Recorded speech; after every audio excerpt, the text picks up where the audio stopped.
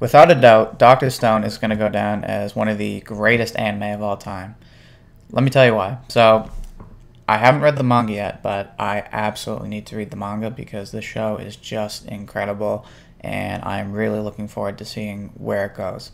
Now, I really want to talk about what interests me about the characters, but before that, I'm just going to talk about generally what I like about the show and why I think everybody else will like this show. So, the opening's really good. I wouldn't say it's one of my all-time favorites, but it does a good job of just being cheery in general, and then it does a good job of setting the mood for the show. All the other music in the show is really good. The animation is really good. And the other thing that I like is that for a show with not sophistication, but thought-provoking ideas, it does a good balance of humor and philosophy, which is definitely a good sign of where the show is going, because a lot of the times shows either take themselves way too seriously, like Naruto, or they just do nothing but humor, and then you never really leave having thought about the show afterwards. But the show definitely doesn't have me worried about that. So the first two characters I want to talk about are Senku and Taiju. Now, the relationship between these characters, like everything else in the show that I like, is right in your face, but it's also very subtle. So it's really obvious that Senku's the smart one and Taiju is the dumb one, but it's a lot more than that. I think together, as a lot of people have said who are talking about the show, together they make the protagonist of Dr. Stone. While Senku is clearly the main character, I don't think the show would be what it is without Taiju, because they do a really, really good job of balancing each other. Now, before, like I said, the show does a good job of balancing humor and philosophy. At the same time, Senku and Taiju do a really good job of playing off each other.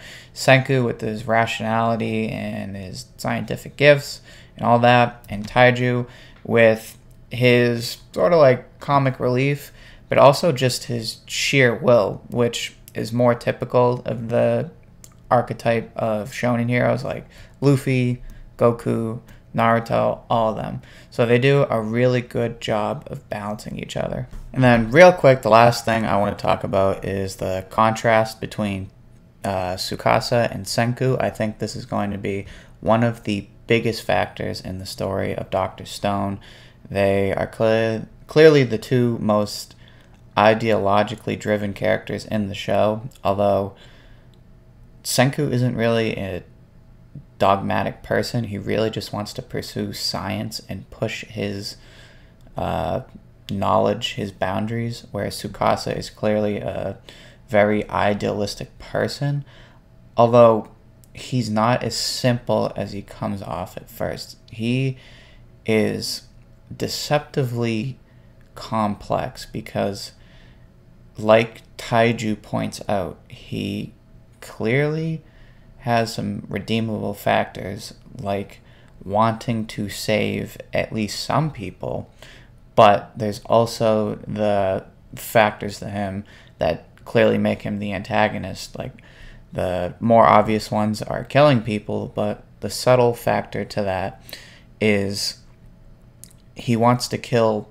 only adults, and he thinks whatever he does is right because he thinks he has mankind's interest at best, which I didn't really see that coming, because when he killed the lion and said, "I'm going to use every part of the lion," you would think he has an inherent respect for life, which is really confusing if you think about how easily he just kills every adult he comes across. At least that's what it seems like he's doing, because he's killing a bunch of adults that he's never really met and just totally smashing the statues, where it seems like he's leaving all the kids alive because, again, in his worldview, at least from these first few episodes, it seems kids are untainted, so I'm going to kill all the adults and we're going to start over and build the perfect world. And I think this is a perfect contrast to Senku, who doesn't really have an inherent value of human life in so much as he respects and lives his life based on the value of science and human intuition. And I don't really know what the answer is to how those conflicting philosophies come together, but that's why I'm really excited for how the show turns out. So episodes 1, 2, and 3 were great. I'm looking forward to the next episode. Definitely have to read the manga. I hope you guys will watch the channel and see what I have to think of future episodes and when I eventually read the manga. So if you like this video and you want to check out my other videos, or if you really liked what I had to say about Dr. Stone and you want to see what I have to say in the future, make sure you like this video, you subscribe, and I hope to hear from you soon.